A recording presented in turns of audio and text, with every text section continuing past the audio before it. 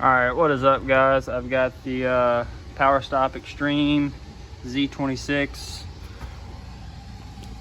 carbon ceramics pads, and then drilled and slotted rotors from them. Also had to pick up the OBD11 Pro because I am on an iPhone. The Powerstop kit comes with everything needed. It says I had to order, I didn't have to, but I decided to go ahead and order some new set screws that replace these rusty ones here. So these, you can tell that's still a little warm. It's got a lip right there on the front's real bad. So hopefully this is gonna make the car stop a lot better and stop squeaking. Well, might not stop squeaking because ceramics usually tend to squeak more. Also, a little update, you can see H&R is in there as well. I haven't made a video on that, but they do ride good. So my plan is, I just got off work. It's 4:50. Try to do the backs tonight. I've heard the backs are the biggest pain. That's why you need the OBD11 to unlock the back brakes. But try to film a little bit of it. It's probably not going to be a step-by-step tutorial. I'll try to walk you through at least basics, so you can do this at your house yourself instead of paying Audi to do it. I'm also going to link everything that I bought in the description. I think total I have like $500 or $600 in everything, so y'all can go a lot cheaper too, not going with ceramics and not going with drilled and slotted. But I decided if I'm gonna do it, might as well go ahead and do it right. So we'll get started getting this off and getting the new stuff on. So I just got the OBD11. So you can see it, yeah, it's plugged in. Parking brake is blinking. I heard the rear caliper. You'll hear it opening for about, mine did it for like 10 seconds, but I don't know if that's different for everybody's. But now I'm gonna get to pulling the caliper apart to get the rotor off. So, time lapse. Okay, I lied, no time lapse, but I've got the caliper off. It's just these two bolts on the back. You just slide it out. You have to slide the wear sensor out. So now, let's see if we can see. Yeah, you see that bolt there. Then there's another bolt there. This got to come out to get the caliper bracket off, and then we can pull the rotor off. I will see you when I have this off. It's just two bolts. Caliper bracket and calipers off. So now it's a T30. I think it's a T30 to pull that off. And then we got to start swapping the new Extreme, high performance, blah blah blah, street stuff into here. Okay, so I got the set screw out. Now I can't get the caliper off. It's stuck on there good. So you're gonna stick a lug nut back in there, or a lug bolt, and you're gonna hit it with a hammer from behind just to pop it out. So be back when that's done.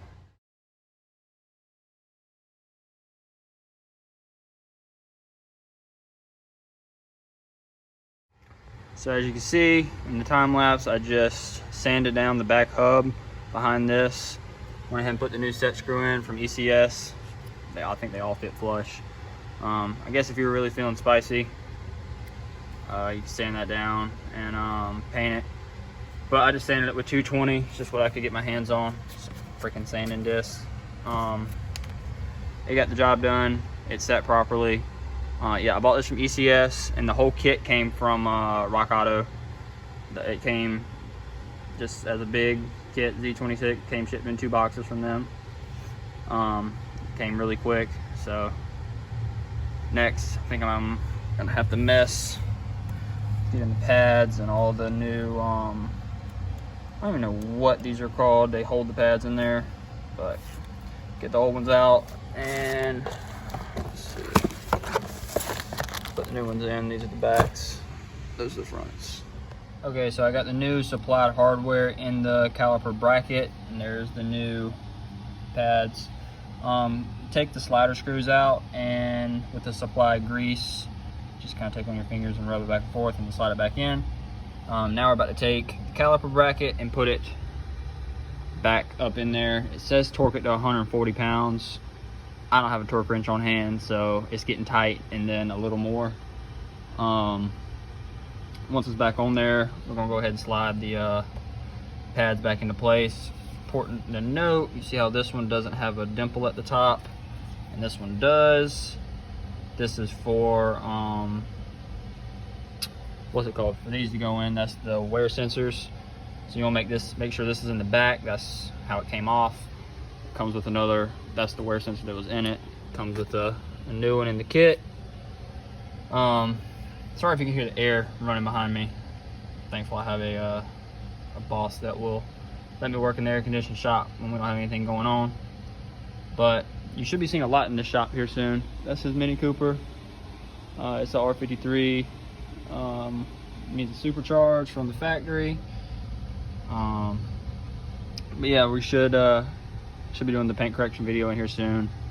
But I'm gonna go ahead and get this put back on there, as well as have the pads slid in, and then figure out how to get that wear sensor out, the old wear sensor out, and the new one in, and I will update you then. Voila. So I don't remember where I left off actually. I think I was going to put this on.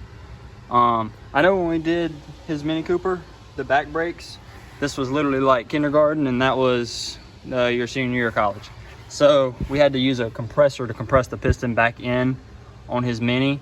This one, it looked like enough room, so I just kind of stuck the piston on the back half of the dang, you couldn't see that. Stuck the piston on the back half of the brake pad and pulled, and slid the sucker on there. Went ahead and tightened the bolts back up. Went ahead and put the new wear sensor in. You kind of like twist it. It pops out. Where's the old one? This is the old one. I'm not really sure how it knows, but the new hardware's in, new pads, new rotor, new set screw. These are gonna eventually get replaced. Dang, they kind of look orange here. They're red, but I actually just got a ported supercharger from Bosch, so they're gonna get powder coated the same color of the blower. So it's important to say, probably this is the driver's side rear. I know the Mini Cooper, which is also German, I'm pretty sure, it only had wear sensors on one side or the other. So I think this is the only wear sensor. I'm gonna look on the other side. Probably gonna go ahead and knock the other one out. And if there's anything different on the passenger side, I will video it and let you know. But I will record the fronts in a minute. And just for reference, it is now 6:26. I think I started at around 5. So for the first time ever doing this on an Audi, and everyone telling me how hard it was, it really wasn't that bad. So, and I do not do this for a living. I fix paint for a living. I don't do brakes on Audis. So pretty happy with how well that went. I'm trying to think if I missed anything. There's the old pads. I think it was safe to say they were getting, the other ones come out to like right here. Let's look at the old rotor. And that's where I beat it with the hammer, trying to get it off. But you can kind of, I can feel a lip there with my thumb. So I'm gonna do the other side and let you know if anything's different. And yeah. All right, we are now on the driver's side, and it is now 6:48. I think the last video ended at like 6:25, so it has taken me all of about 20-25 minutes to do this other side. Once I knew what I was doing, it's pretty simple. Pull the old stuff off, put the new stuff on. This side, I was correct, does not have a wear sensor. It usually runs through this little bleed doom hicker and then slides in. See if the light can get in there. Yeah, you see that right there. There's nothing over here for it to connect to. So I'm assuming it's gonna be on that side, but you see the H&R on this side from earlier. But yeah, both the backs are done now. New set screw, new pads, and they're greased. Greased the push bolts back there. Brakes is a dirty job. Yeah, I'm gonna go ahead and do I'm gonna make sure these actually stop, and then I'm gonna do the start on the fronts. I was gonna do the fronts tomorrow, but it's not even 7 yet, so I'm gonna go ahead and knock them out. Those should be easier than the backs. So okay, so now we're gonna start on the front. Got the front of the car on jack stands, well, on jacks. Got the wheels off, Hey, and if you're interested in S5 wheels, hit me up on Instagram. Got them for sale. So I want to do a size comparison. Where's the mini wheel? Let's go back here. So these are my Boss's stock Mini Cooper wheels. And they are, let's see, 16s, which is pretty sizable for a mini. I'm gonna do a size comparison. Hopefully he won't mind me doing that. That is the rotor over top of 16-inch wheel. So it's pretty freaking heavy and big. So we're gonna get these nasty,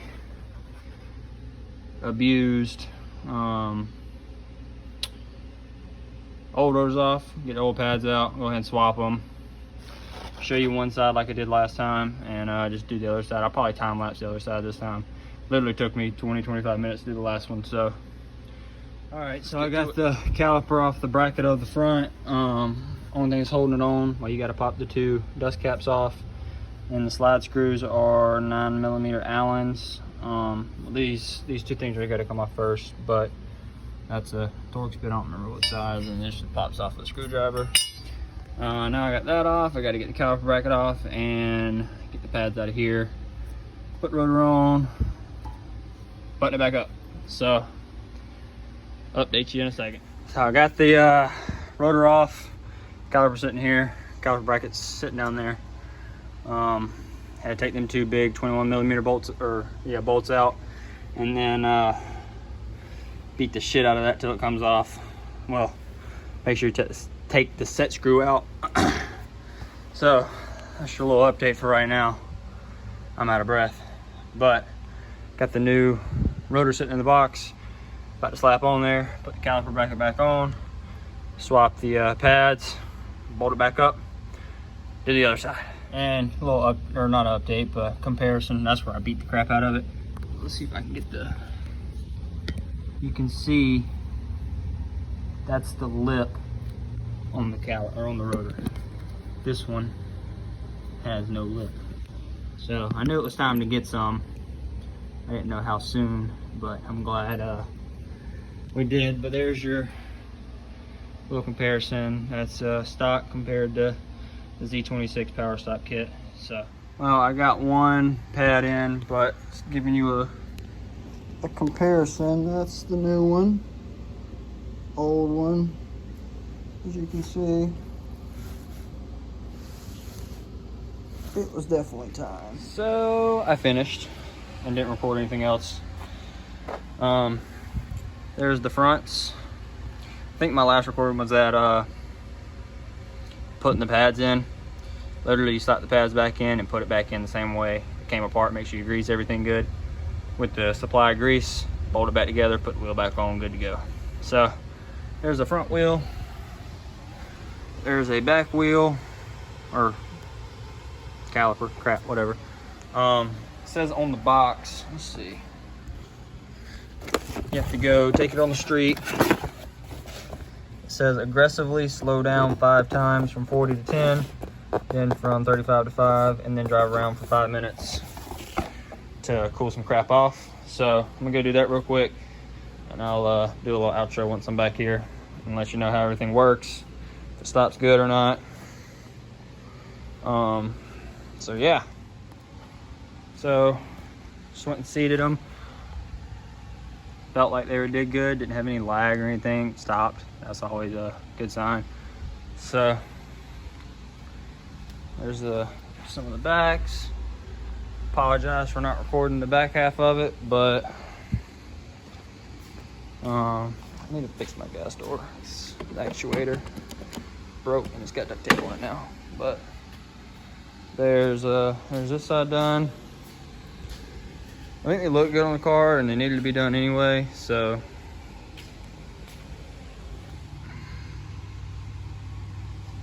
hopefully I'll keep the brake dust down too. This car brake dusts so bad.